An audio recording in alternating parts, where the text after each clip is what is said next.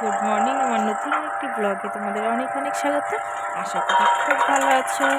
আর সকালবেলা দেখো ছেলে ঘুম থেকে এখনও ওঠেনি, মেয়েও ওঠেনি, আর আমি রান্নাবাড়ি শুরু করে দিয়েছি। তো ডাল করলাম আর লাউ দিয়ে, দেখো কি সুন্দর হয়েছে না, আমার ভীষণ ভালো লাগে। মুসুরির ডাল আর লাউ, আর এখানে সয়াবিন ভিজিয়ে রেখেছি গরম জলে। তো এটা ভালো করে ধুয়ে আজকে সয়াবিন আলুর ঝোল করব, আর নিরামিষ হবে এটা। আর মাংস করব, জানি না কি মাংস আনবে, প্রচণ্ড লেট হয়ে যাচ্ছে তো। আর এখানে করেছি পুঁই, পালং শাক, আর হচ্ছে কী বলে এটা, বথুয়া শাক আর লাফা শাক, তিনটা শাক মিলে। আর দিয়েছি গাজর, যত রকম সবজি ছিল, আমার ভীষণ ভালো লাগে। আর এটা খুব হেলদিও একটা খাবার।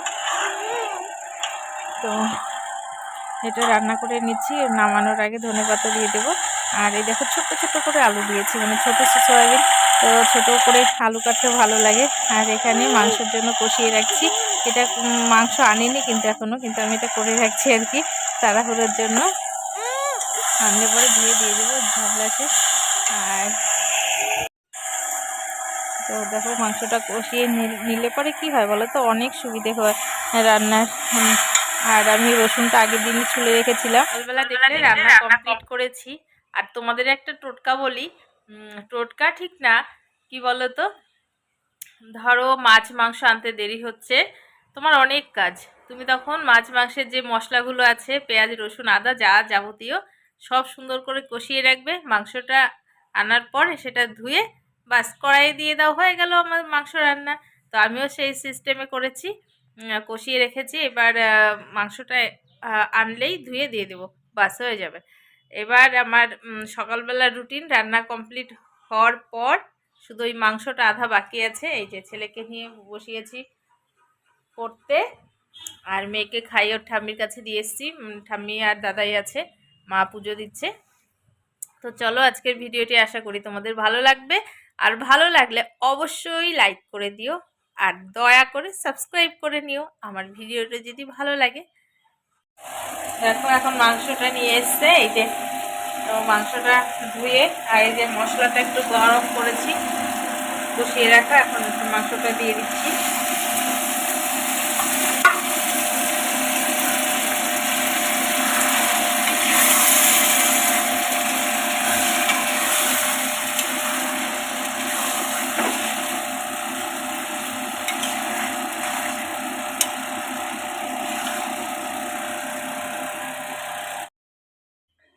আর এখানে দেখো আমি ঘরটা, মানে এটা ভাঙাই আছে, মানে সুন্দর করে কেটেছিল। তারপরে কিছু কয়েন আছে, দুটো ঘট আছে, আরও আরেকটা আছে, এটাতে 10 টাকা আর 20 টাকার কয়েন রাখা আছে। তো একটা দাদা চেয়েছিল যে তোমার কাছে আছে নাকি, তো অনেকদিন আগে চেয়েছিল, তো আজকে ভাবছি দিয়ে দেবো। দেখো কতগুলো কয়েন। তো রান্নার ফাঁকে ফাঁকে এটা করে নিচ্ছে, আর বরকে এদিকে খেতে দিয়ে দিয়েছি। তো বর বলছে যে আজকে কিন্তু মন দিয়ে একটু রান্না করো, কারণ অনেক দামি মাংস নিয়ে এসেছি, দেশি মুরগি নিয়ে এসছে বলছে, মানে আমি এদিকে এদিকে ছোটাছুটি করছিলাম। আর এখানে দেখো রান্না, আমার ছেলে জামা কাপড় কাচ্ছে, আমি কাচতে নিয়ে এসেছি, আর ও এগুলো কেচে দিচ্ছে। জল ধরার ওস্তাদ, মানে জল ধরতে পারবে এটাই আর কি।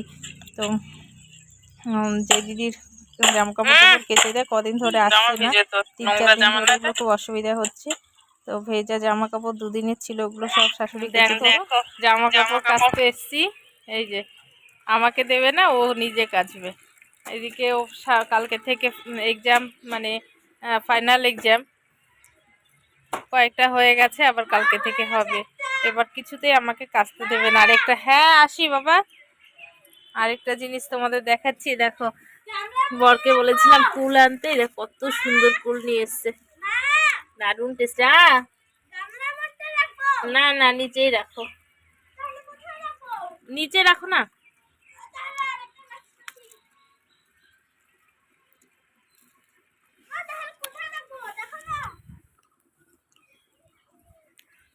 সামনেটা রাখো। হুম হুম।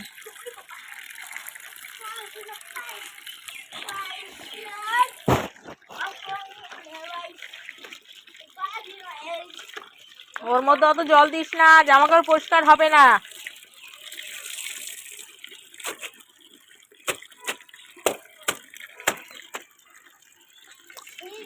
বাবা সরো এবার।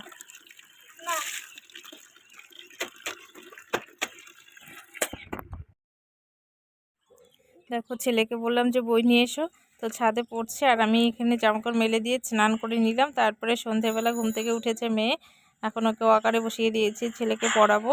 আর পড়াতে বসেছি কারণ ওর পরীক্ষা আছে সামনে, মানে সোমবার থেকে। আর ওকে না পড়ালে হবে না, যে সারাদিনই প্রায় মানে অল্প অল্প করে পড়িয়েছি।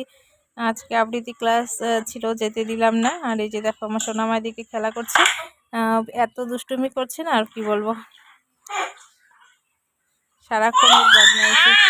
তো ও এই ড্রয়ারগুলো খুলবে, ড্রয়ার খুলে নিয়ে একদম নিজে বদমাইশি শুরু করে দেবে। যত কিছু আছে সব ফেলতে থাকে, প্রত্যেকটা ড্রয়ার খুলতে পারে। আর এখন কি হয়েছে, এত জোরে টান দেয় যে ড্রয়ারটা শুদ্ধ খুলে চলে আসে। যাই হোক, সন্ধেবেলা এরকম করে কাটছে, ছেলেকে এদিকে পড়াচ্ছে আর ওর বোন এদিকে দুষ্টুমি করে যাচ্ছে সমানে।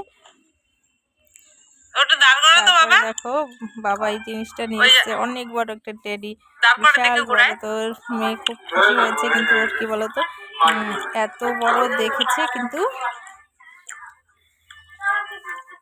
ঘুমোয়নি, বিকেলবেলা না ঘুম পেয়ে গেছে, খিদে পেয়ে গেছে, এর জন্য ওর অতটা খুশি না।